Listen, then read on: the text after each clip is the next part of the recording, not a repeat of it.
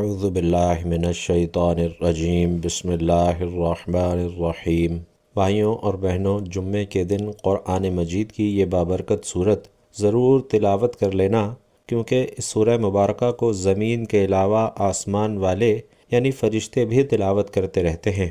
یہ صورت پڑھنے سے غریب امیر ہو جاتے ہیں، بیمار صحت مند اور توانا ہو جاتے ہیں، اور ہر حاجت مند کی حاجت پوری ہو جاتی ہے۔ بھائیوں اور بہنوں، ہم میں سے بہت سے لوگ ایسے ہیں کہ جو مالی پریشانی، تنگ دستی، گھریلو پریشانیوں کے علاوہ دیگر بہت سی پریشانیوں میں مبتلا رہتے ہیں، اور یقیناً ہر شخص یہ چاہتا ہے کہ اس کی تمام مشکلات دور ہو جائیں اور وہ ایک خوشحال زندگی گزارنے کے قابل ہو جائے۔ اس مقصد کے لیے ہم میں سے بہت سے لوگ بہت سے پاپڑ بیلتے ہیں، لیکن یقین کریں کہ دین اسلام ہی دین فطرت ہے، اور اگر ہم اسلامی تعلیمات پر چلنا شروع کر دیں تو مشکلات سے بھرپور ہماری زندگی مہینوں میں نہیں بلکہ دنوں میں خوشحالی کی جانب گامزن ہونے لگے گی۔ دین اسلام سے اور قرآن پاک سے اپنا رشتہ جوڑنے والے کبھی محروم نہیں رہتے۔ تو آئیے آج آپ کو جمعے کے دن قرآن کی ایک سورت کا ایک ایسا شاندار عمل بتاتا ہوں جو انسان کی بدحالی کو خوشحالی میں بدلنے کی بھرپور طاقت رکھتا ہے۔ بھائیوں اور بہنوں، جمعۃ المبارک کو جمعہ کہنے کی وجہ کیا ہے؟ عربی زبان میں اس دن کا نام عروبہ تھا، جو کہ بعد میں جمعہ کیا گیا، اور سب سے پہلے جس شخص نے اس دن کا نام جمعہ رکھا وہ قاب بن لوئی ہیں۔ اس کی وجہ تسمیہ کے بارے میں مختلف اقوال ہیں، اور ان میں سے ایک یہ ہے کہ اسے جمعہ اس لیے کہا جاتا ہے کہ اس دن نماز کے لیے جماعتوں کا اجتماع ہوتا ہے۔ مفتی احمد یار خان نعیمی رحمۃ اللہ علیہ فرماتے ہیں کہ چونکہ اس دن تمام مخلوقات وجود میں اکٹھی ہوئیں اور اسی دن تکمیل خلق ہوئی، نیز حضرت آدم علیہ السلام کی مٹی بھی اسی دن جمع ہوئی، اور اسی دن تمام لوگ اکٹھے ہو کر صلاۃ الجمعہ پڑھتے ہیں، اور اس جہت سے اس دن کو یوم جمعہ کہتے ہیں۔ اسلام سے پہلے اہل عرب اسے عروبہ کہتے تھے۔ تاجدار رسالت صلی اللہ علیہ وسلم کا پہلا جمعہ، سیرت بیان کرنے والے علماء کا بیان ہے کہ جب حضور اقدس صلی اللہ علیہ وسلم ہجرت کر کے مدینہ منورہ تشریف لائے تو 12 ربیع الاول پیر کے دن چاشت کے وقت قباء کے مقام پر ٹھہرے، اور پیر سے لے کر جمعرات تک یہاں قیام فرمایا اور مسجد کی بنیاد رکھی۔ پھر جمعہ کے دن مدینہ طیبہ جانے کا عزم فرمایا، اور بنی سالم بن عوف کی وادی کے درمیان جمعے کا وقت آیا تو اس جگہ کو لوگوں نے مسجد بنایا، اور سرکار دو عالم صلی اللہ علیہ وسلم نے وہاں جمعہ پڑھایا اور خطبہ فرمایا۔ یہ پہلا جمعہ ہے جو نبی کریم صلی اللہ علیہ وسلم نے اپنے اصحاب رضوان اللہ تعالی علیہم اجمعین کے ساتھ پڑھا۔ مفسر شہیر حکیم الامت مفتی احمد یار خان نعیمی رحمۃ اللہ علیہ اس بارے میں فرماتے ہیں کہ میرے پیارے آقا صلی اللہ علیہ وسلم نے 500 جمعۃ المبارک کی نمازیں ادا فرمائیں، اس لیے کہ جمعۃ المبارک کی نماز ہجرت کے بعد شروع ہوئی، جس کے بعد 10 سال ہمارے آقا صلی اللہ علیہ وسلم کی ظاہری زندگی مبارک رہی، اور اس عرصے میں جمعۃ المبارک کی نمازیں اتنی ہی بنتی ہیں۔ بھائیوں اور بہنوں، جمعے کے دن کے فضائل بے شمار ہیں۔ کثیر احادیث میں جمعہ کے دن کے فضائل بیان کیے گئے ہیں، جیسا کہ روایت ہے کہ حضرت سیدنا سلیمان رضی اللہ تعالی عنہ نے روایت کیا ہے کہ آخری نبی صلی اللہ علیہ وسلم نے فرمایا کہ جو شخص جمعۃ المبارک کے دن غسل کرے، طہارت اور نفاست حاصل کرے، جس قدر ممکن ہو تیل لگائے اور خوشبو ملے جو گھر میں میسر ہو، پھر گھر سے نماز کے لیے نکلے اور 2 آدمیوں کے درمیان اپنے بیٹھنے یا گزرنے کے لیے شگاف نہ ڈالے، پھر نماز پڑھے جو مقرر کر دی گئی ہے، پھر جب امام نماز پڑھے تو خاموش نماز کی حالت کے مثل بیٹھا رہے، تو اس کے وہ تمام گناہ جو ایک جمعۃ المبارک سے دوسرے جمعۃ المبارک تک اس نے کیے وہ معاف کر دیے جائیں گے۔ اسی طرح حضرت ابو ہریرہ رضی اللہ تعالی عنہ سے روایت ہے کہ تاجدار رسالت صلی اللہ علیہ وسلم نے ارشاد فرمایا کہ بہتر دن جس پر سورج نے طلوع کیا جمعہ کا دن ہے، اسی میں حضرت آدم علیہ السلام پیدا کیے گئے، اسی میں جنت میں داخل کیے گئے، اور اسی میں انہیں جنت سے اترنے کا حکم ہوا، اور قیامت جمعہ کے دن ہی قائم ہوگی۔ اسی سلسلے میں ایک روایت حضرت جابر رضی اللہ تعالی عنہ بھی بیان فرماتے ہیں کہ حضور اقدس صلی اللہ علیہ وسلم نے فرمایا کہ جو جمعے کے دن یا جمعے کی رات مرے گا اسے عذاب قبر سے بچا لیا جائے گا، اور قیامت کے دن اس طرح آئے گا کہ اس پر شہیدوں کی مہر ہوگی۔ حضرت ابو ہریرہ رضی اللہ تعالی عنہ سے روایت ہے کہ حضور اقدس صلی اللہ علیہ وسلم نے فرمایا کہ جس نے اچھی طرح وضو کیا پھر جمعے کو آیا اور خطبہ سنا اور چپ رہا، اس کے لیے ان گناہوں کی مغفرت ہو جائے گی جو اس جمعے اور دوسرے جمعے کے درمیان ہوئے ہیں، اور ان کے علاوہ مزید 3 دن کے گناہ بخش دیے جائیں گے۔ اور جس نے کنکری چھوئی اس نے لغو کام کیا، یعنی خطبہ سننے کی حالت میں اتنا کام بھی لغو میں داخل ہے کہ کوئی کنکری پڑی ہو اور اسے ہٹا دے۔ اسی طرح حضرت ابو سعید رضی اللہ تعالی عنہ سے روایت ہے کہ رسول کریم صلی اللہ علیہ وسلم نے ارشاد فرمایا کہ 5 چیزیں جو ایک دن میں کرے گا اللہ پاک اسے جنتی لکھے گا۔ 1، جو مریض کو پوچھنے جائے، 2، جنازے میں حاضر ہو، 3، روزہ رکھے، 4، جمعے کو جائے، اور 5واں غلام آزاد کرے۔ اسی طرح حضرت ابو درداء رضی اللہ تعالی عنہ سے روایت ہے کہ سید المرسلین صلی اللہ علیہ وسلم نے فرمایا کہ جمعہ کے دن مجھ پر درود کی کثرت کیا کرو کہ یہ دن مشہود ہے، اس میں فرشتے حاضر ہوتے ہیں اور مجھ پر جو درود پڑھے گا وہ پیش کیا جائے گا۔ حضرت ابو درداء رضی اللہ تعالیٰ عنہ کہتے ہیں کہ میں نے عرض کی کہ حضور موت کے بعد، تو ارشاد فرمایا کہ بے شک اللہ نے زمین پر انبیاء کرام علیہم الصلاۃ والسلام کے جسم کھانا حرام کر دیا ہے، اللہ پاک کا نبی زندہ ہے، روزی دیا جاتا ہے۔ حضرت ابو ہریرہ رضی اللہ تعالیٰ عنہ فرماتے ہیں کہ حضور اقدس صلی اللہ علیہ وسلم نے میرا ہاتھ پکڑ کر ارشاد فرمایا کہ اللہ پاک نے زمین کو ہفتے کے دن پیدا فرمایا، اتوار کے دن زمین میں پہاڑوں کو پیدا کیا، پیر کے دن درختوں کو پیدا کیا، منگل کے دن ناپسندیدہ چیزوں کو پیدا کیا، بدھ کے دن نور کو پیدا کیا، جمعرات کے دن زمین پر چلنے والے جانداروں کو پیدا کیا، اور تمام مخلوق کے آخر میں حضرت آدم علیہ السلام کو جمعے کے دن اس کی ساعات میں سے آخری ساعت میں عصر کے بعد سے رات کے وقت کے درمیان پیدا کیا۔ محترم ناظرین، احادیث میں جہاں نماز جمعہ کے فضائل بیان کیے گئے ہیں، وہیں جمعے کی نماز چھوڑنے پر وعیدیں بھی بیان کی گئی ہیں۔ چنانچہ یہاں اس کی 3 وعیدیں ملاحظہ فرمائیے۔ حضرت ابو ہریرہ رضی اللہ تعالی عنہ اور حضرت عبداللہ بن عمر رضی اللہ تعالی عنہ سے روایت ہے، حضور اقدس صلی اللہ علیہ وسلم نے ارشاد فرمایا کہ لوگ جمعہ چھوڑنے سے باز آئیں گے یا اللہ ان کے دلوں پر مہر کر دے گا اور پھر وہ غافلین میں سے ہو جائیں گے۔ حضرت اسامہ رضی اللہ تعالی عنہ سے روایت ہے کہ رسول اکرم صلی اللہ علیہ وسلم نے ارشاد فرمایا کہ جس نے کسی عذر کے بغیر 3 جمعے چھوڑے وہ منافقین میں لکھ دیا گیا۔ جمعۃ المبارک کے دن ایک گناہ کا عذاب بھی 70 گنا ہے۔ بھائیوں اور بہنوں، جمعے کے دن میں کون سی ایسی صورت پڑھی جائے جو کہ فضیلت اور فوائد کے حساب سے بیش قیمتی ہو؟ تو یاد رکھیے کہ قرآن پاک کی ایک ایسی صورت ہے جس کے فضائل اور فوائد بے شمار ہیں۔ بعض احادیث میں یہ ذکر ملتا ہے کہ اس صورت کو نہ صرف انسان زمین پر بلکہ فرشتے آسمانوں پر تلاوت کرتے ہیں، اور یاد رکھیے کہ تمام آسمانی فرشتوں میں 4 فرشتے جنہوں نے اللہ کا عرش اٹھا رکھا ہے وہ سب سے زیادہ مقرب اور محترم فرشتے ہیں، اور یہ 4 فرشتے اس قرآنی صورت کی تلاوت میں مشغول رہتے ہیں۔ چنانچہ یہ ایسی برکتوں اور رحمتوں والی سورہ مبارکہ ہے کہ اسے جو شخص ہر جمعے کے دن لازمی پڑھ لیا کرے گا تو اس دن میں بھی معزز اور محترم سمجھا جائے گا، تو اس دنیا میں بھی معزز اور محترم سمجھا جائے گا، اور آخرت میں بھی معزز اور محترم سمجھا جائے گا۔ آسمان کے فرشتے بھی اس سورہ مبارکہ کی تلاوت کرنے والے کی عزت کرتے ہیں۔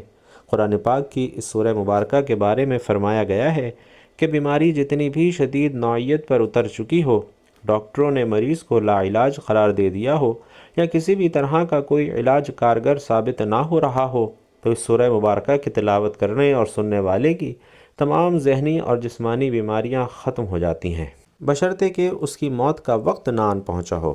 اس کے علاوہ اس سورہ مبارکہ کو غربت اور افلاس ختم کرنے کے لیے ہر روز باقاعدگی سے پڑھنے والے کی غربت انشاءاللہ جاتی رہے گی۔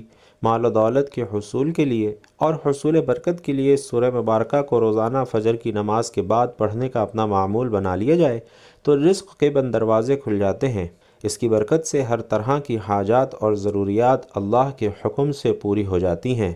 بھائیوں اور بہنوں، قرآن پاک کی یہ محترم، معزز اور بابرکت سورۃ الرحمن ہے جس کی بے شمار فضیلتیں بیان کی گئی ہیں۔ اس سورت کو پڑھنے والے کی تمام دلی مرادیں پوری ہو جاتی ہیں، غربت، افلاس، تنگ دستی کا خاتمہ ہو جاتا ہے۔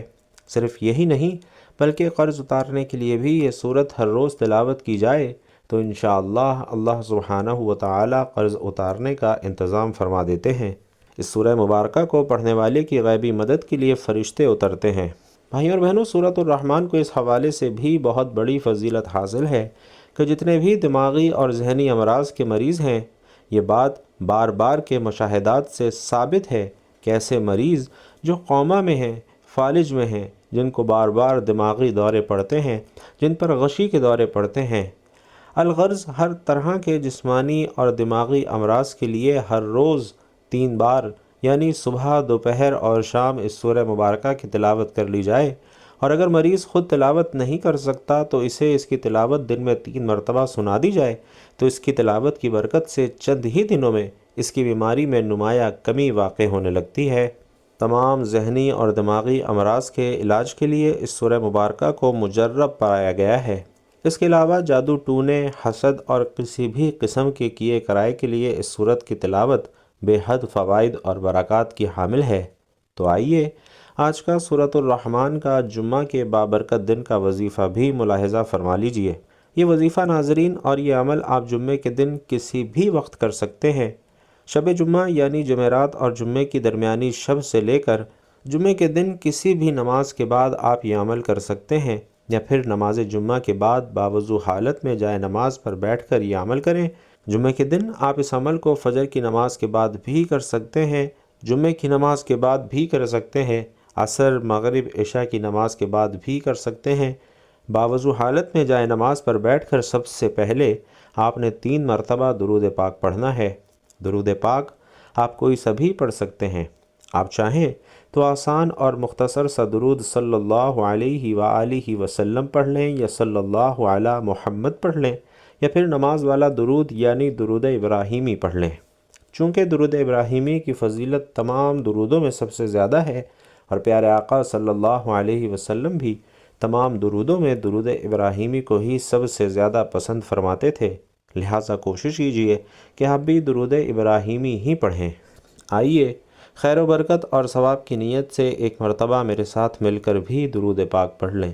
اللہم صلی علی محمد وعلی آل محمد کما صلیت علی ابراہیم وعلی آل ابراہیم انک حمید مجید۔ اللہم بارک علی محمد وعلی آل محمد کما بارکت علی ابراہیم وعلی آل ابراہیم انک حمید مجید۔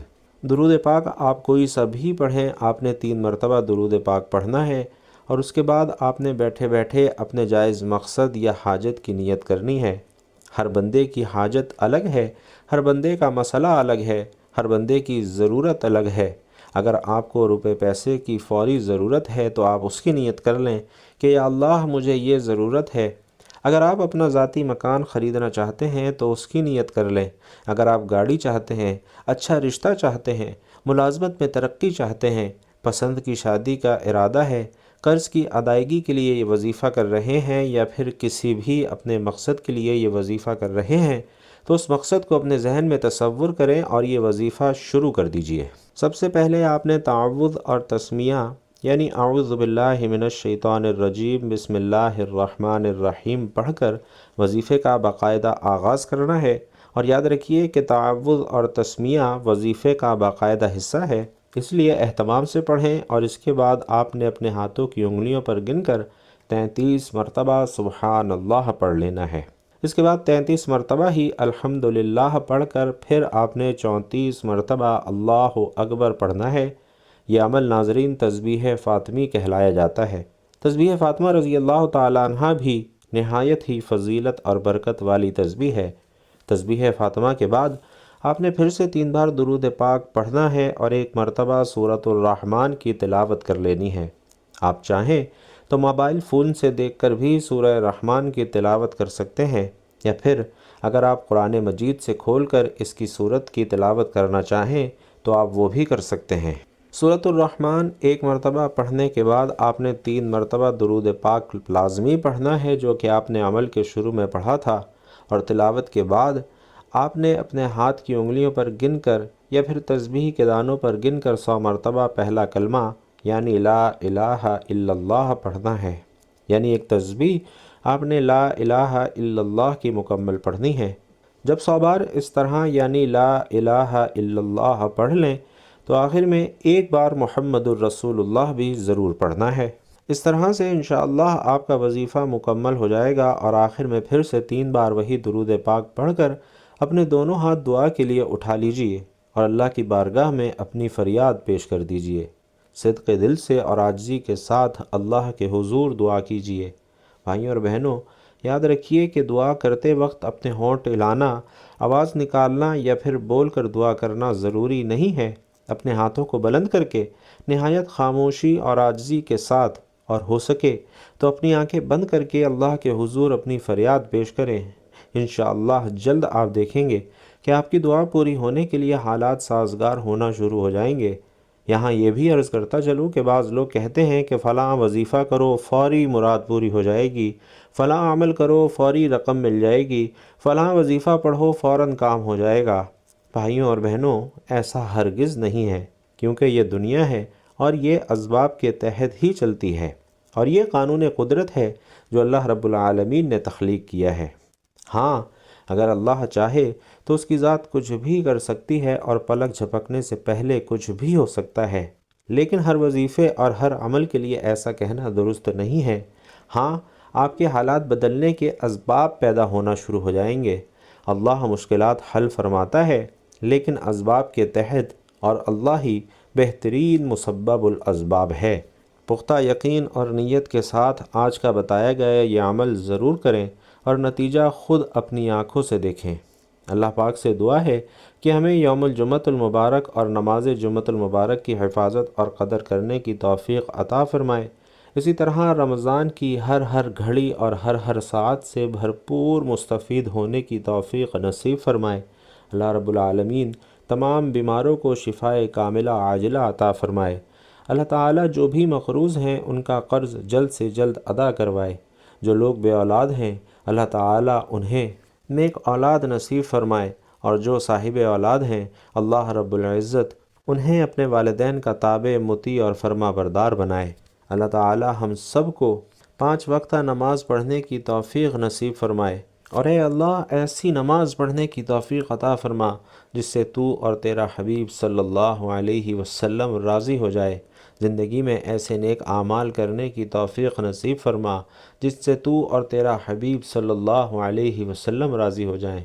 یا اللہ ہمیں پوری زندگی ایسی گزارنے کی توفیق نصیب فرما جیسی تو اور تیرا پیارا حبیب صلی اللہ علیہ وسلم چاہتے تھے۔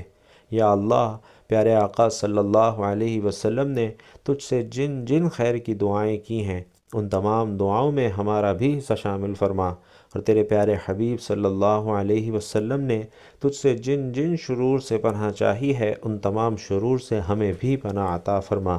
یا اللہ ہماری دعاؤں کو اپنے پیارے حبیب صلی اللہ علیہ وسلم کے وسیلے اور صدقے سے قبول و منظور فرما۔ آمین یا رب العالمین۔ بھائیوں اور بہنوں، آپ لوگوں نے بھی آمین ضرور کہنا ہے، اور آمین کمنٹ باکس میں لکھنا بھی ہے تاکہ دوسروں کو بھی ترغیب ہو۔ جتنے زیادہ لوگ دعا پر آمین کہتے ہیں، جتنے زیادہ لوگ دعا میں شامل ہوتے ہیں، دعا کی قبولیت کے امکانات بھی اتنے ہی زیادہ روشن ہو جاتے ہیں۔ تو آمین کہنا اور کمنٹ باکس میں آمین لکھنا مت بھولیے گا۔ اللہ تبارک و تعالیٰ آپ سب کا حامی و ناصر ہو۔ آمین یا رب العالمین۔